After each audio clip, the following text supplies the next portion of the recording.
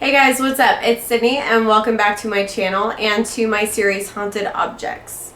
Now this is going to be the last episode for this season, but don't worry, Haunted Objects will be back. I totally love doing this series and I really hope that you guys enjoy it as well.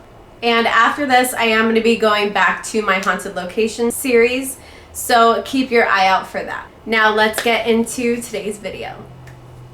Like I said, I am super excited to do this episode. In my last episode, I told you guys I was very excited because this is one of my favorite haunted objects of all times. And this week we are going to be talking about Robert the Doll. Now, Robert the Doll was actually the inspiration for one of my favorite scary movie series ever. But before we get into that, I'm going to give you guys a brief history of Robert the Doll. Now, Robert the Doll was actually given to a young boy named Robert Eugene Otto.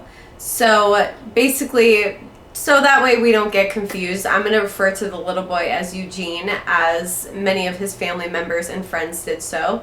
So that way we don't get confused when I'm talking about Robert the Doll as well. But like I said, he was given to a little boy named Eugene, and he named him Robert because that was his first name, and he wanted to be close to the doll and gave him his first name since no one actually even called him Robert to begin with. Robert the Doll is a 3-foot tall doll that is dressed in a sailor's outfit, clutching a little lion stuffed animal, and he's wearing a sailor's hat.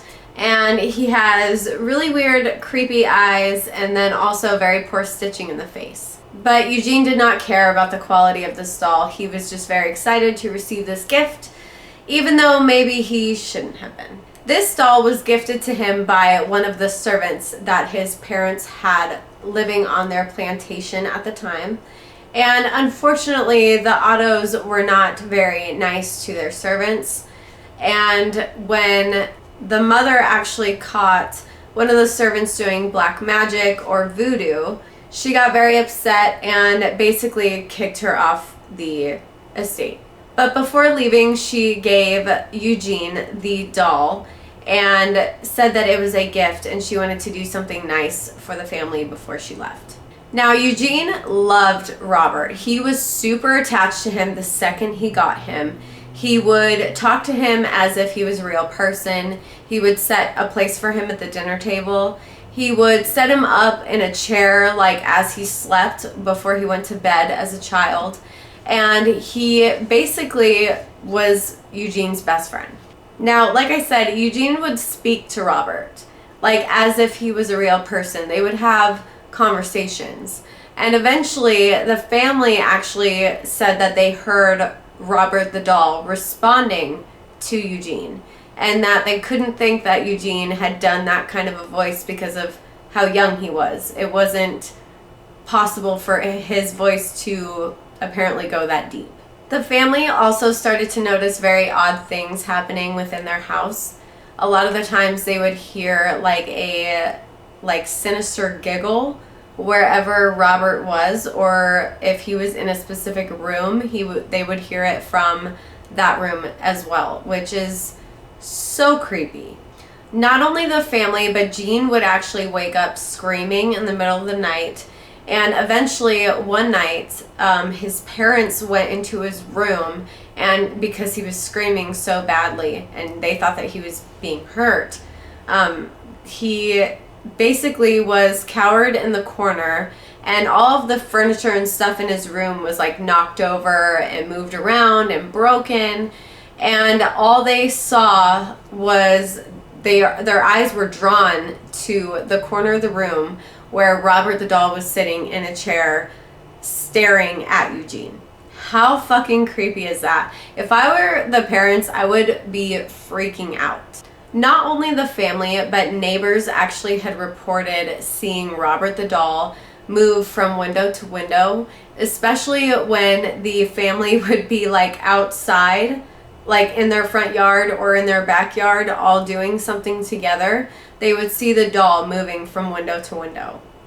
As if they weren't scared enough with what was going on within their own home, now the neighbors were starting to notice and say things as well. So eventually they ended up locking Robert in the attic in a chest, and when people would come over to their house as guests, they would hear footsteps coming from the attic and that same maniacal giggling that the family would hear within the home.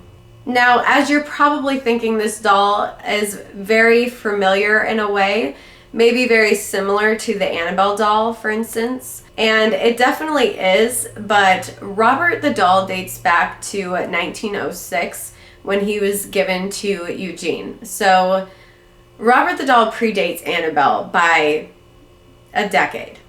But needless to say, I could agree with the theory or thought process that both the Annabelle doll and Robert the doll are possibly possessed by an evil spirit or a malicious dark spirit of some kind.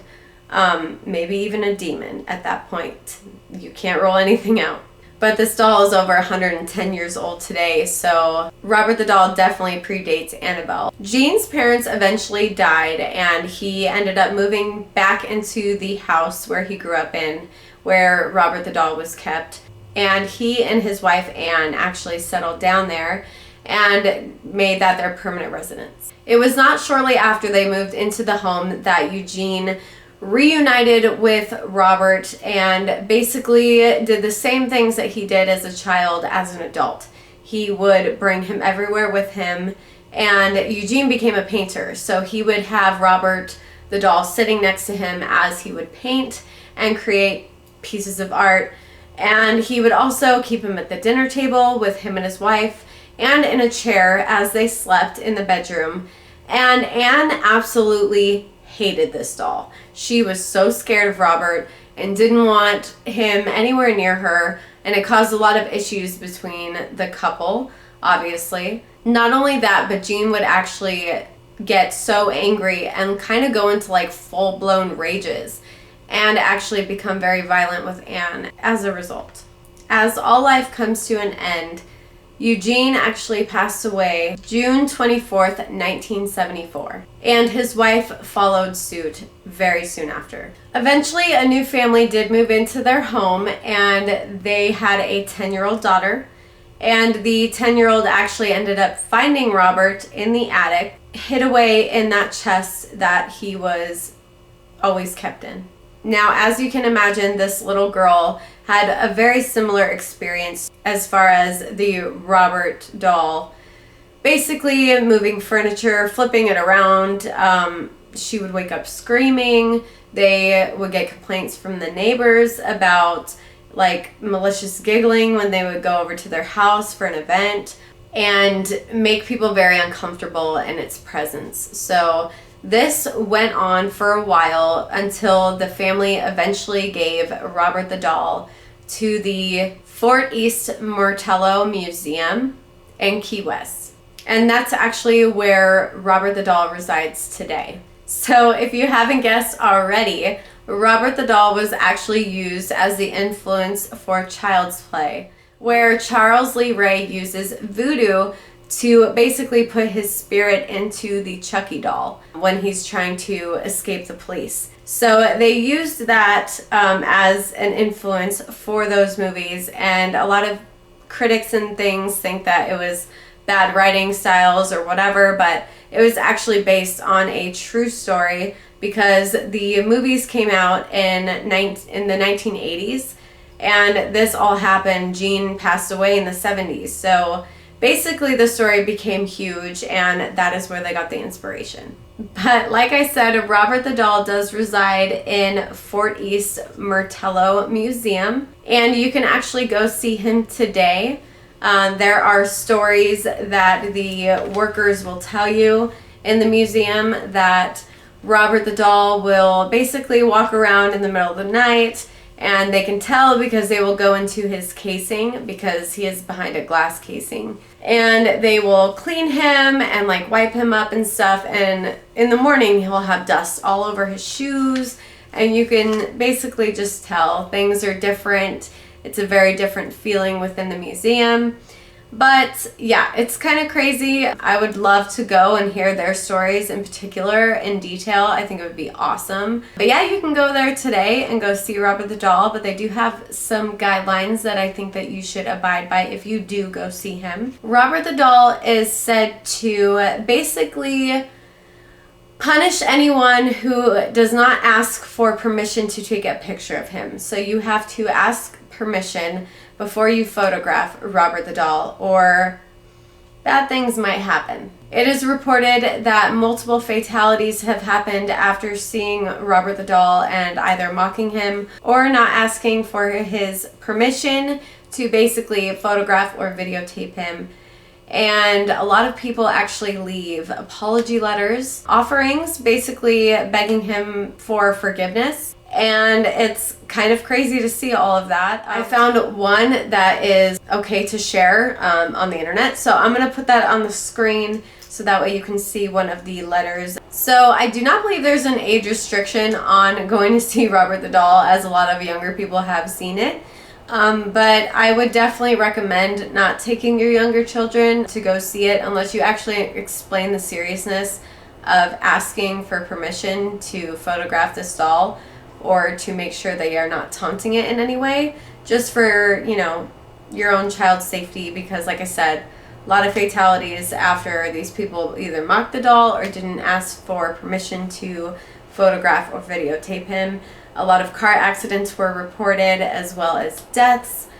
So yeah, I would just recommend definitely asking him for permission. So yeah. So as far as the two little children who owned this doll, claiming that the doll was going to murder them, claiming that their other toys came up mutilated, all the reports from the family that we already discussed, it's a very risky thing to basically mock this doll, and I personally wouldn't. I think it's a very stupid idea, but I would love to go see Robert the Doll in Key West. I think it would be fun just to go to Key West in general, because I've never been there. But it would be awesome to go see Robert the Doll. I would obviously be super respectful towards him and ask him permission, but I think it would be dope to get a selfie with Robert. That would be so cool. If I do get a selfie with Robert the Doll, it's definitely going to be my new Instagram picture. I'm just saying. Like I said, he is one of my favorites, so I think that this subject is super fascinating, especially with the black magic voodoo kind of thing attached to it. I think it makes it a lot more intriguing and very spooky and interesting at the same time. So either way, like I said, I would love to go see this, and it is definitely on my bucket list. But anyway, thank you guys so much for watching. Please give this video a thumbs up if you liked it, and subscribe to my channel if you're not already subscribed, so that way you don't miss any episodes that I put out. And if you want to follow me, you can follow me on Instagram at Sydney's Poisonous. My jewelry shop is at Perfect Poison Shop, where I sell pieces like this. And my YouTube channel is at Sydney's Poisonous YouTube. So go ahead and give those a follow, and I will see you guys next week for season 2 of Haunted Locations. Bye.